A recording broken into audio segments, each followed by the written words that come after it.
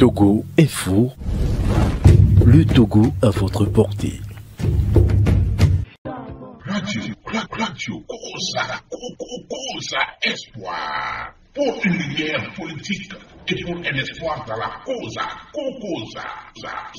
Mesdames et messieurs, bienvenue sur Radio Koza Espoir, votre radio toujours de plaisir qui vous accueille et qui vous anime tous les jours. Aujourd'hui, nous avons encore une belle occasion, une occasion qui nous permet de recevoir notre ami de tous les jours, Ricardo Aguzo, au studio de Radio Koza Espoir. Bonsoir Ricardo et bienvenue, vous êtes dans votre maison habituelle. Bonsoir Ariel Awaki, bonsoir à tous vos fidèles auditeurs et auditrices, bonsoir à tous les Togolais. Oui, Ricardo Aguzo, comme on le dit souvent, une porte reste fermée, l'autre reste ouverte. Avant les élections au Togo, les élections législatives régionales, on parlait de la nouvelle constitution, on parlait de la 5e République. Ricardo Aguzo, actuellement, sommes-nous dans la 4e République ou bien dans la 5e?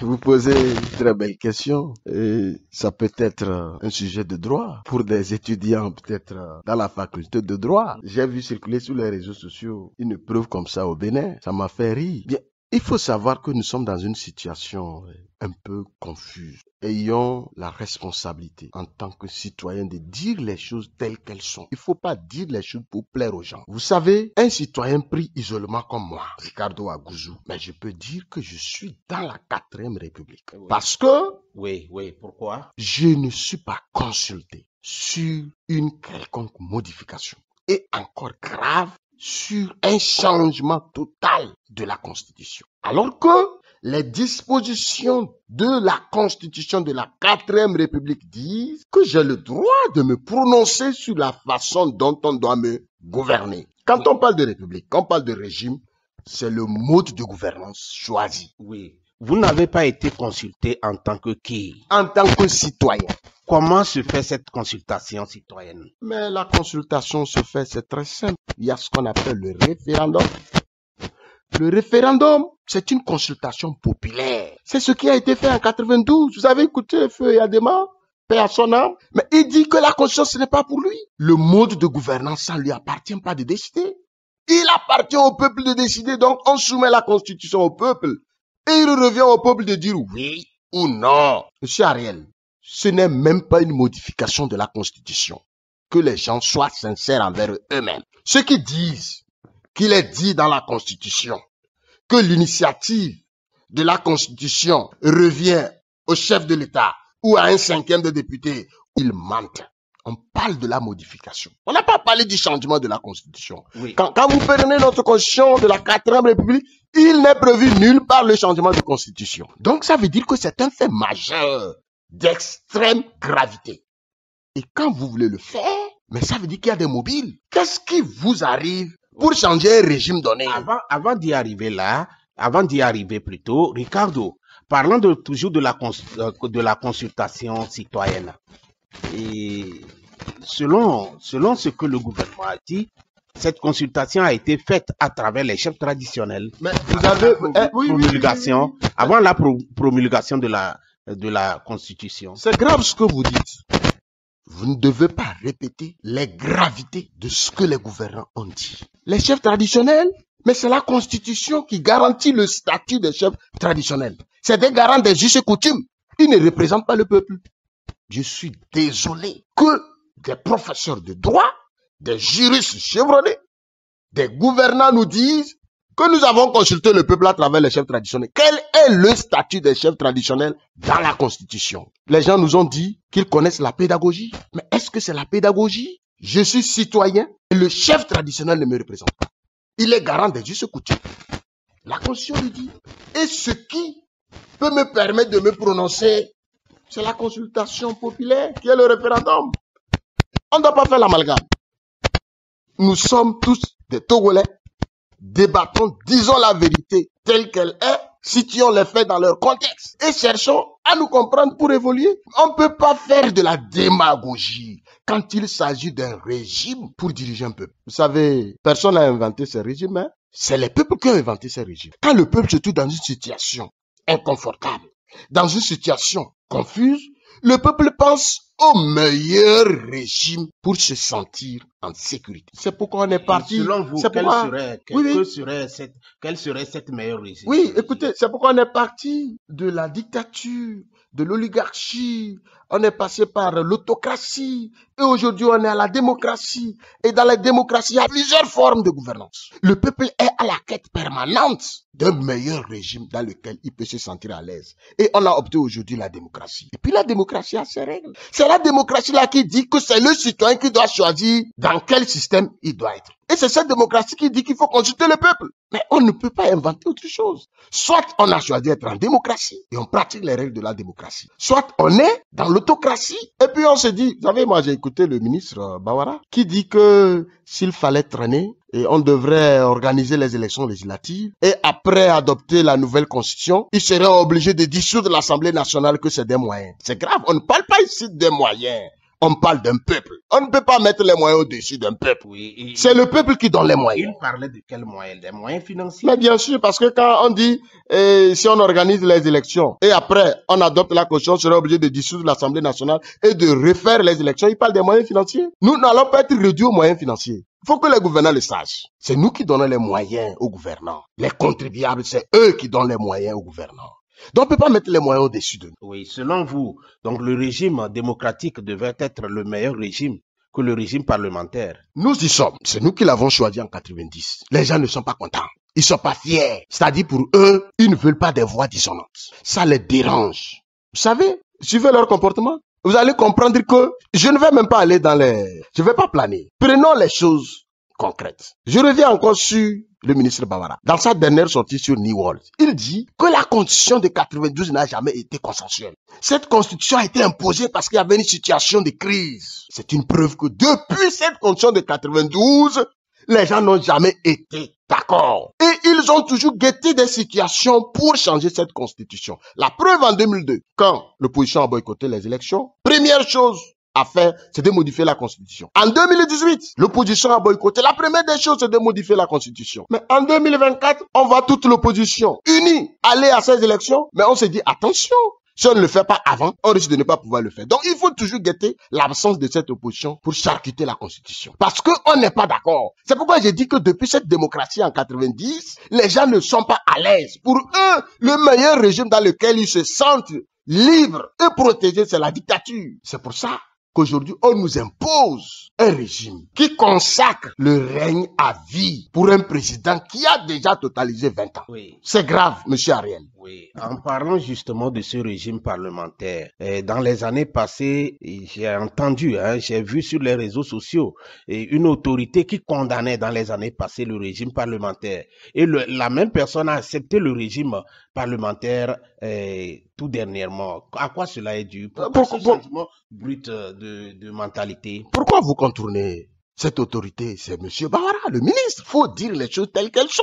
Nous avons besoin de faire l'histoire pour nos enfants. La même question lui a été posée sur New World. J'ai compté les minutes, plus de 5 minutes. Le ministre n'a pas pu répondre. D'abord, il lui a été posé la question. Qu'est-ce qui a motivé le changement de régime? J'ai aussi calculé plus de 15 minutes. Le journaliste a laissé passer 15 minutes d'explication sans rien dire. Donc, il faut comprendre que quand les gens sont dans une situation, ils applaudissent. Quand la situation change, ça ne les arrange pas, ils dénoncent. Aujourd'hui, c'est ce que les gens nous font croire. Tu n'as pas vu des gens applaudir que non, dans cette nouvelle constitution, on a dit que c'est un mandat unique de 6 ans et que donc le président de la République ne peut plus s'imposer au peuple comme on a l'habitude de dire. Ils ont brandi ça. Mais c'était la constitution adoptée au Parlement. Quand on a demandé la relecture, aujourd'hui c'est 4 ans renouvelable une fois. Cette chanson, cette façon de se glorifier, ils vont encore se glorifier, c'est les mêmes. Mais les gens ne peuvent pas penser qu'un État c'est un jeu. Ils doivent faire attention. Nous, parfois ils voient le peuple se taire, ils croient que le peuple est con. Ils croient que le peuple dort. C'est faux.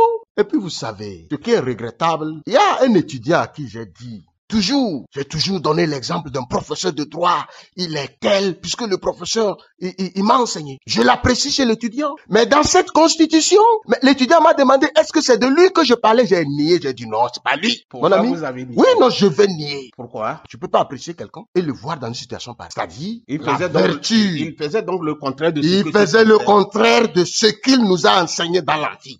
Dans le temps, on vous forme à dire la vérité. On vous fesse quand vous mentez. Aujourd'hui, quand vous dites la vérité, on vous fesse, on vous demande de mentir. C'est ça, l'enseignement et la pratique sur le terrain. Et puis, je peux pas faire la propagande d'un homme qui n'est pas vertueux. La vertu, ça vous permet de choisir l'intérêt général. Qu'est-ce que les gens disent? Dans la causa ici, vous savez, moi j'ai été surpris que les gens suivent la politique. On a pensé que les gens sont dans des fermes, ça ne les intéresse pas. Pendant toute la période de campagne, dans les villages, la première question c'est sur la constitution. Pourquoi vous avez accepté qu'on change la constitution pour que l'élection du président de la République soit abrogée? Vous avez parlé tout à l'heure de la vérité. Vous avez fait allusion à la vérité.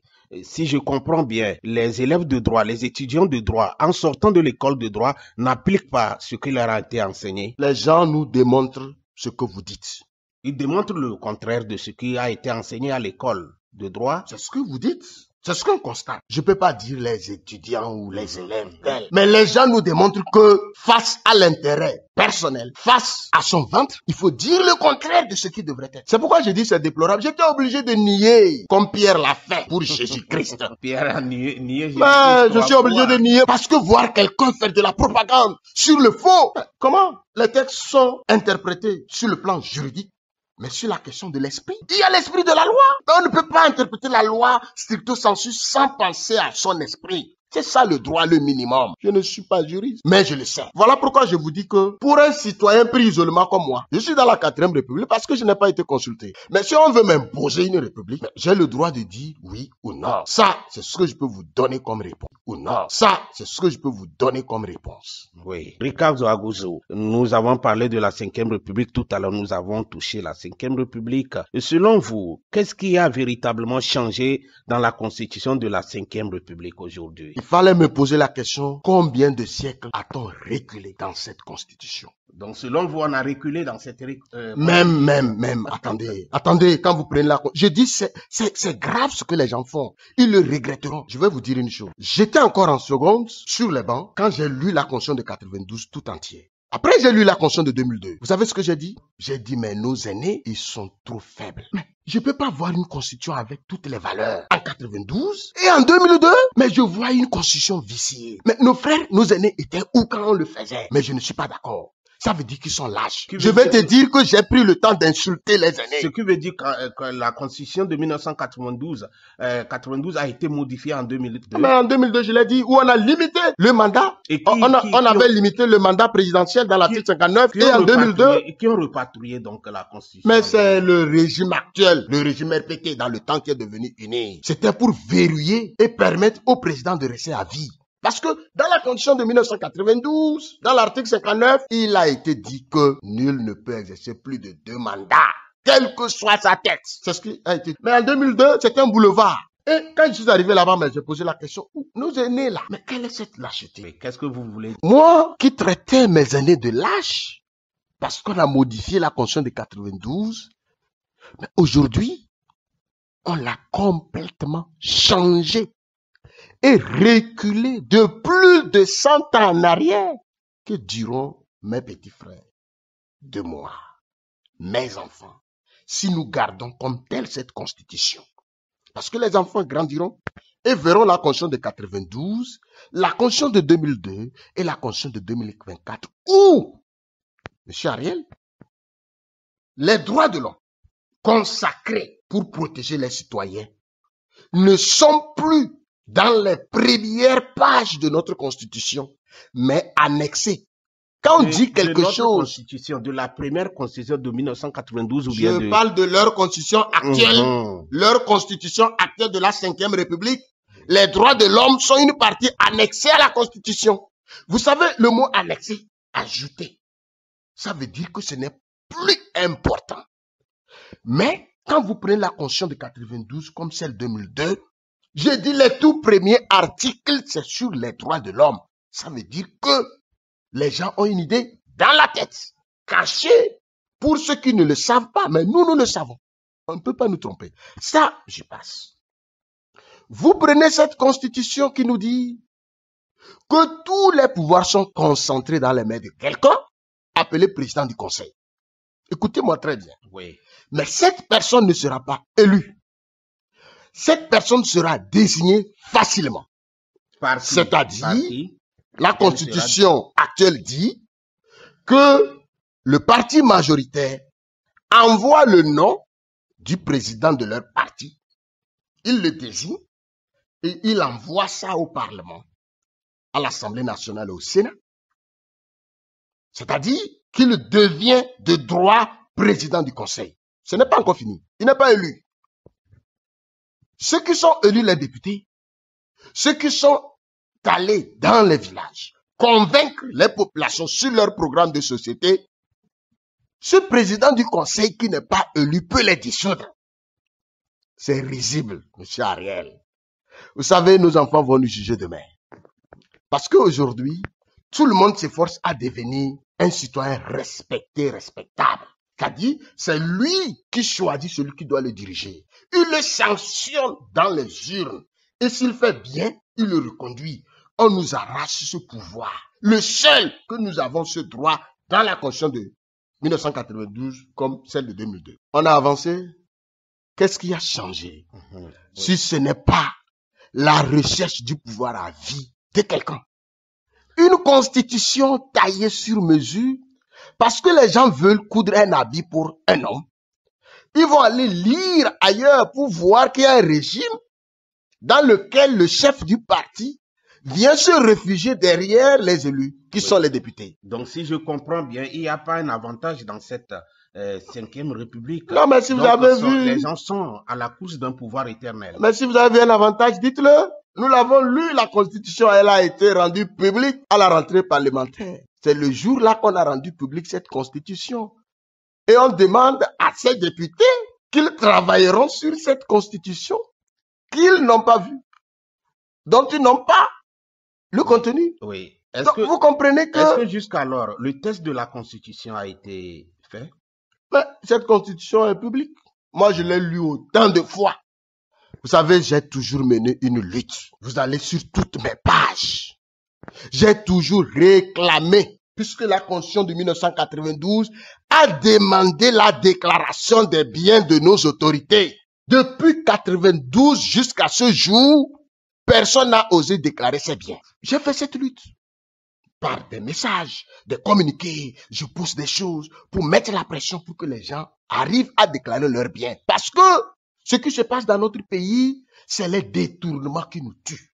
Nous sommes extrêmement riches. Oui. Donc, la déclaration de biens va limiter les détournements. Oui, Ricard, personne, non, je continue. Personne n'a osé le faire. C'est à partir de 2019 que des textes d'application ont été pris. Il fallait faire une tournée en pompe avec notre argent pour sensibiliser encore des gens pour déclarer leurs biens. J'ai posé la question, a-t-on besoin encore d'une sensibilisation? On dit, tu es dirigeant, déclare tes biens. On a fait toutes ces dépenses. Personne n'a déclaré ses biens. Aujourd'hui, vous comprenez où les gens veulent aller. Non, on n'est pas dupe. On crée des institutions comme Apucia contre la corruption. Cette même institution nous dit qu'elle a arrêté des gens et qui payent secrètement. C'est-à-dire, on ne sait pas ce que ces gens ont volé. Mais ces gens payent secrètement à qui? Qui vole, qui paye à qui? Ce qui veut dire qu'il y a un condom là-bas. Ouais, mec, c'est clair. Aujourd'hui, ça veut dire qu'on peut nager dans l'impunité. On peut nager dans le vol. Il y a une partie de cette constitution de 1992, de 2002, qui nous donne le pouvoir, vous, Ariel et moi, de s'opposer à toute forme de coup d'État. Que ce soit un coup d'État militaire ou constitutionnel. L'article 150 nous donne le droit de s'opposer à toute autorité illégitime qui perpétue ce coup d'État. Et d'abord, le coup d'État est qualifié d'un crime imprescriptible. Cette partie a été sautée. Dis-moi, ce qui peut être bien dans cette constitution, à part nous mélanger les pédales sur les institutions. Ce qui veut dire que le peuple n'aura plus l'autorité. Le peuple n'existe même pas. On ne peut pas réduire un peuple aux simples électeurs. C'est comme ça qu'il faut comprendre. Vous êtes réduit juste à aller élire des députés et qui vont aller faire tout en votre nom sans vous rendre compte. C'est ça qu'il faut comprendre. Nous ne sommes plus peuple, nous sommes des simples électeurs. Vous allez l'accepter? Oui.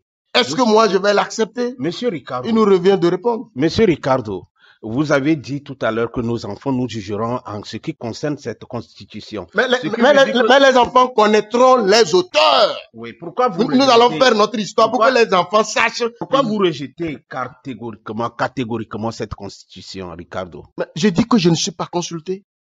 Elle ne reflète en rien notre avenir. Les gens nous ont brandi ici que c'est pour redresser aujourd'hui l'économie. C'est parce que le chef de l'État avait un pouvoir concentré autour de lui. C'est les mêmes qui chantaient que non, il faut que ça soit ainsi. Aujourd'hui, ils nous le disent. Dis-moi, monsieur Ariel, en quoi cette nouvelle constitution va venir régler le problème d'inondation à Lomé? Aujourd'hui, tous les quartiers de Lomé sont dans l'eau. La condition est là.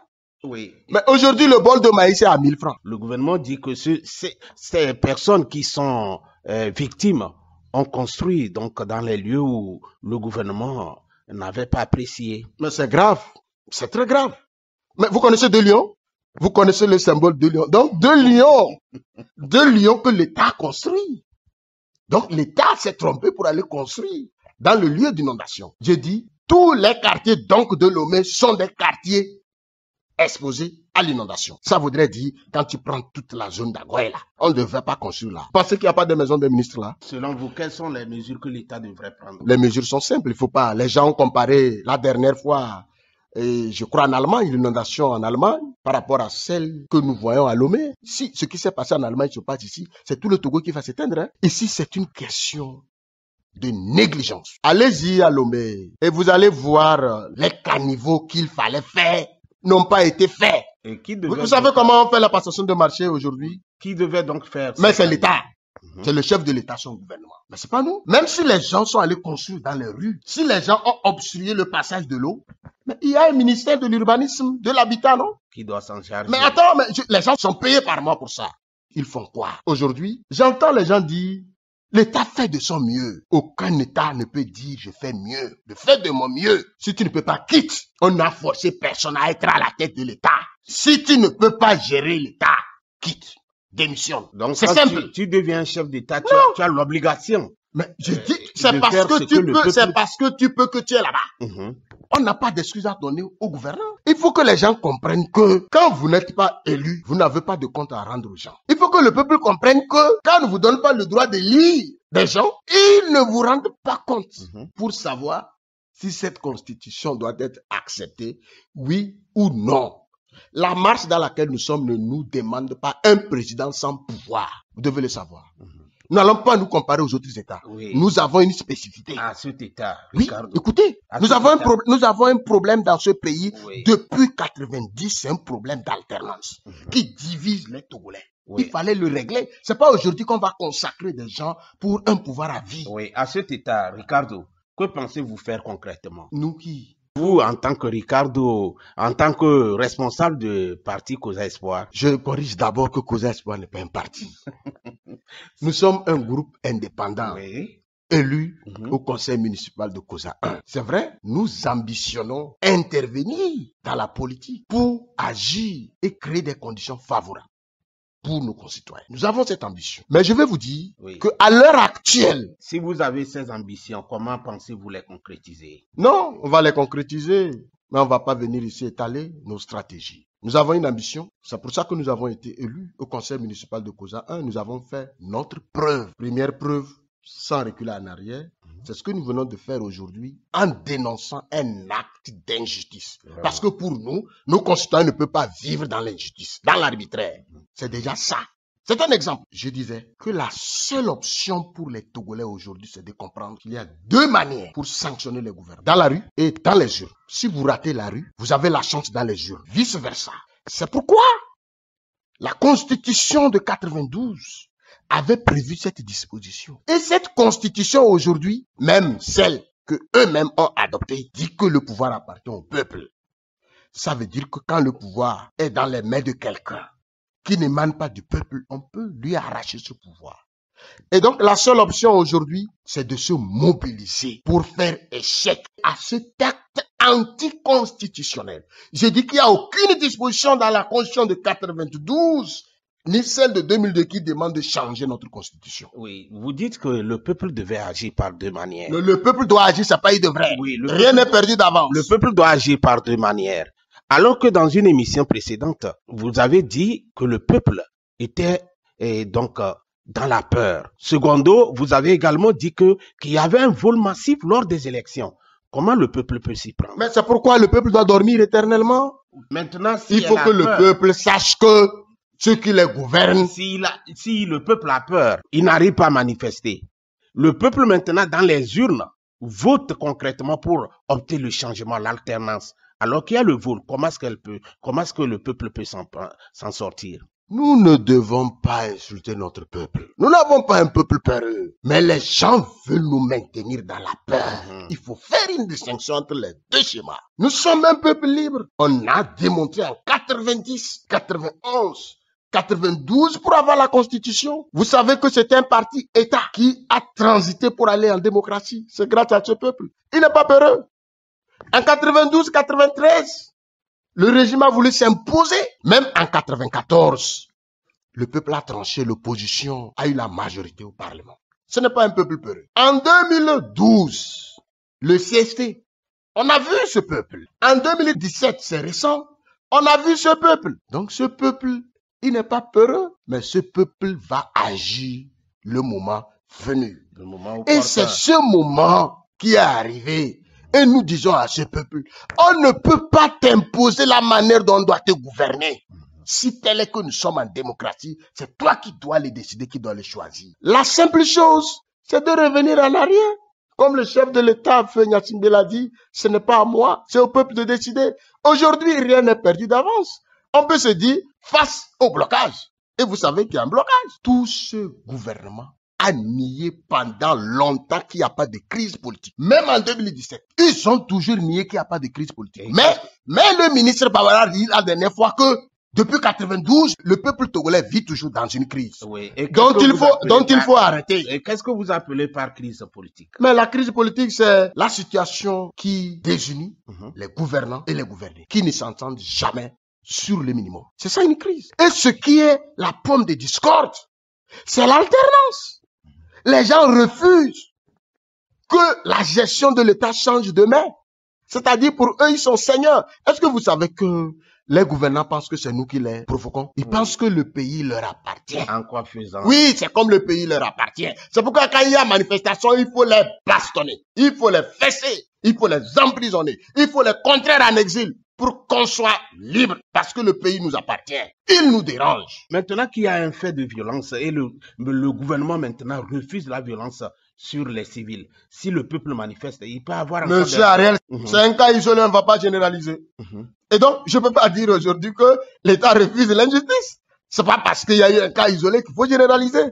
Quand il s'agit du pouvoir, vous n'avez plus de nom. Vous comprenez? En 2017, nous avons été victimes. En 2018, nous avons été victimes. En 2020, celui qui dit qu'il a gagné les élections, il est où? Monsieur Agboime Kodjo. Avant l'exil et après la mort. On est d'accord?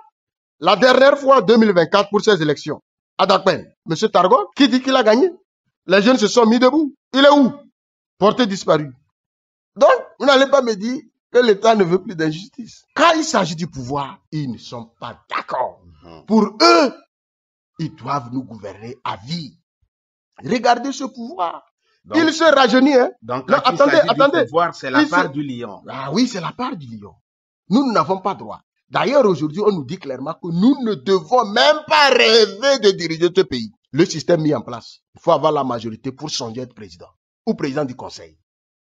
Et c'est pour ça que les élections ont été une exception dans l'histoire du Togo. Même au temps de Yadema, quand on parlait de la plus forte dictature, on n'a jamais eu ce score à la soviétique. Où sur 113 députés, l'opposition est sortie qu'avec 5 députés. Quand il y avait la crise de 90, 91, 92, 93, aux élections de 94, le feu Yadema a compris qu'il est contesté, il a laissé faire. Et les résultats, c'était une évidence que le peuple n'est pas d'accord. L'opposition a gagné. Mais cette fois-ci, malgré cette contestation, malgré l'État qui est pire, les gens s'en ont sorti. Donc, il faut comprendre que cette situation-là, je me résume, il n'y a pas de choix. Si le peuple se dit qu'il veut demeurer dans la peur imposée, mais il n'a plus besoin de ce... Radio Kokosa Espoir. Oui, revenons à certains partis politiques qui refusent de siéger à l'Assemblée. Est-ce qu'ils ne risqueront pas, comme en 2018? Vous posez cette question, elle me fâche d'ailleurs. Dans un État, pour arrêter le désordre, il n'y a que deux entités. Il y a la justice, il y a les journalistes. La presse, c'est le quatrième pouvoir. On ne dit pas quatrième pied de caution. Quatrième pouvoir. Quatrième pied de caution qui cautionne qui? Ceux qui veulent entendre ce qu'ils veulent qu'on dise. C'est ça. Ils désacralisent cette appellation quatrième pouvoir. C'est pour dire quoi? Vous savez, Montesquieu a proposé la séparation du pouvoir pour une raison. C'est pour éviter l'abus du pouvoir. Et c'est lui qui disait qu'il faut que le pouvoir arrête le pouvoir. C'est là où il y a eu séparation du pouvoir. Le pouvoir exécutif, législatif et judiciaire.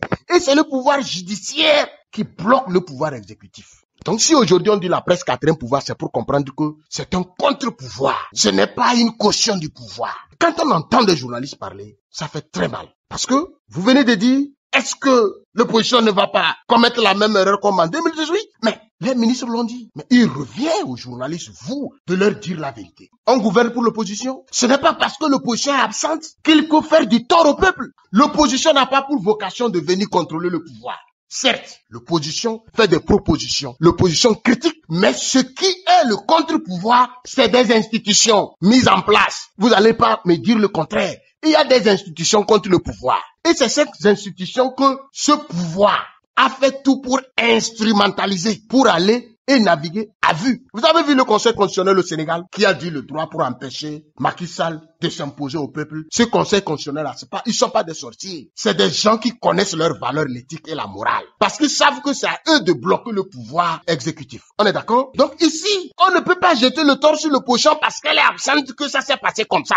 Mais l'opposition, si elle n'est pas là, mais attendez, vous cherchez la majorité parlementaire pour faire quoi? Vous avez la latitude de nommer les ministres, faire votre gouvernement, pourquoi? C'est pour le bonheur du peuple. Donc quand vous êtes seul, profitez faire le bien pour lequel vous pensez que ceux qui viennent vous opposer vous mettent les bâtons dans les roues. Donc c'est une fuite en avant et ce n'est pas sérieux. Quand on le dit, il faut enlever ça de la tête de nos gouvernants et de ceux qui le disent même des journalistes. L'opposition n'a pas commis d'erreur en étant absente. C'est un choix politique. Et ceux qui y sont ne doivent pas faire le contraire de la volonté du peuple. Ce n'est pas une excuse. Donc ils veulent nous dire aujourd'hui, à chaque fois il faut guetter l'opposition. Si elle n'est pas là, il faut massacrer le peuple. C'est ça? Mais c'est quoi la gouvernance alors? On dirige avec un dénominateur commun. Le dénominateur commun, c'est le bonheur du peuple. L'opposition ne risque rien. Puisque les gens veulent gouverner seuls, il faut leur laisser la place de faire et de se justifier demain.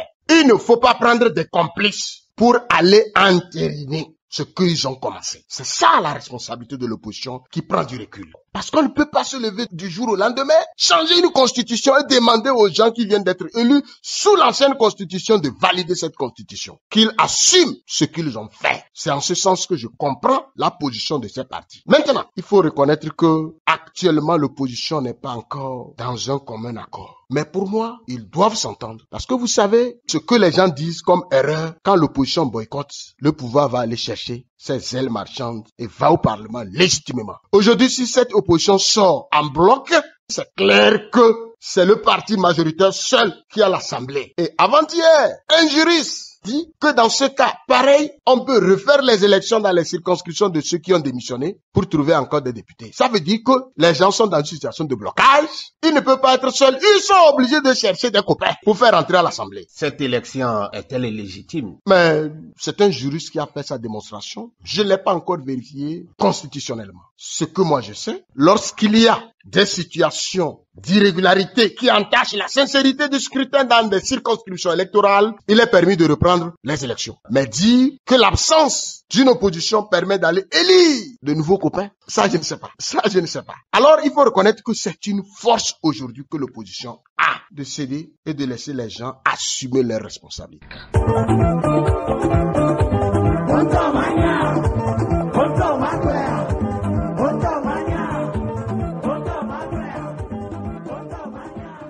Voilà, merci beaucoup Ricardo Abuso. Pour finir, nous allons un peu parler de Causa Espoir. Ricardo Abuso, tout dernièrement, Causa Espoir vient de tenir sa première réunion d'orientation post-électorale. Quelles sont donc les grandes décisions de cette réunion? C'est vrai qu'après un scrutin, il faut se reposer des questions. Où est-ce qu'on a échoué? Pourquoi? Quelles sont les faiblesses, les forces? Et c'est ce que Causa Espoir vient de faire à travers une grande réunion des responsables pour penser à l'avenir de Causa Espoir. Et donc, la grande décision que je peux donner aujourd'hui, c'est que Causa Espoir, qui est une entité locale, ne va plus se limiter dans la Causa. Et donc, ça veut dire que le mouvement ne sera plus un mouvement de la Causa, mais un mouvement national. Quelle sera l'appellation? Et au cours de cette rencontre, il a été décidé de muter de Causa Espoir à désormais Togo Espoir. C'est-à-dire que nos activités vont se faire sur toute l'étendue du territoire. Si vous écoutez les gens, tout le monde fait cet appel, mais les gens n'ont pas compris que nous avions une ambition en restant sur le plan local. Et aujourd'hui, après analyse post-électorale, nous avons compris que nous avons atteint notre objectif. Il faut s'étendre sur le plan national. Avoir nos représentants aussi partout dans toutes les localités pour que la lutte que nous voulons mener soit une lutte d'ensemble et généralisée. Voilà la plus grande décision de Causa Espoir. Si les conditions se réunissent, dans quelques jours, vous n'entendrez plus parler de Causa Espoir, mais de Togo Espoir. Ce qui veut dire que Causa Espoir deviendra donc un parti politique. Vous allez trop vite en besoin. Nous sommes ce que nous sommes. Mais j'ai dit que nous ne serons plus Causa Espoir, mais Togo Espoir. Ça permet aux gens de comprendre. Ce qui veut dire tout simplement vous allez étendre vos ambitions dans les autres localités du pays. Désormais, nous ne serons pas que dans la Causa, mais nous serons dans la savane. Nous serons dans la maritime. Nous serons dans la Bina, par exemple. Nous serons dans Dangpen. Nous serons dans Soleil, et ainsi de suite. Et le mouvement ou l'objectif que nous visons doit être un mouvement généralisé. Voilà l'ambition de Togo Espoir. Et nous invitons, à travers votre émission, tous les citoyens à adhérer à ce mouvement national qui permettra de relancer la lutte politique au Togo. Cette lutte, nous la connaissons, ça ne sert plus à rien de donner le nom. Merci Ricardo Aguzo. C'était donc, mesdames et messieurs, Ricardo Aguzo au studio de Radio Causa Espoir. Ricardo Aguzo, c'est toujours votre maison Radio Causa Espoir et nous sommes reconnaissants de tout ce que vous faites dans la vie politique pour les Togolais. Est-ce que vous avez un dernier mot bref pour qu'on se sépare? Mon dernier mot, c'est de vous remercier. Vous faites un travail très difficile. Nous connaissons le contexte dans lequel nous sommes. Nous avons aujourd'hui des grands journalistes qui sont en exil. Nous avons des journalistes qui veulent animer cette émission comme ça, mais ils ne peuvent pas.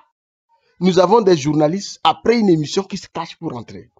Nous avons des journalistes, quand ils finissent d'écrire leur article, mais ils attendent toujours pour voir quels seront les coups de fil qu'ils vont recevoir. Donc, vous êtes dans une situation difficile, même si parfois, il faut dire, pour appeler des gens à plus de responsabilités. On n'invite aucun journaliste à faire de la politique, mais à prendre position pour le peuple et pour les plus faibles.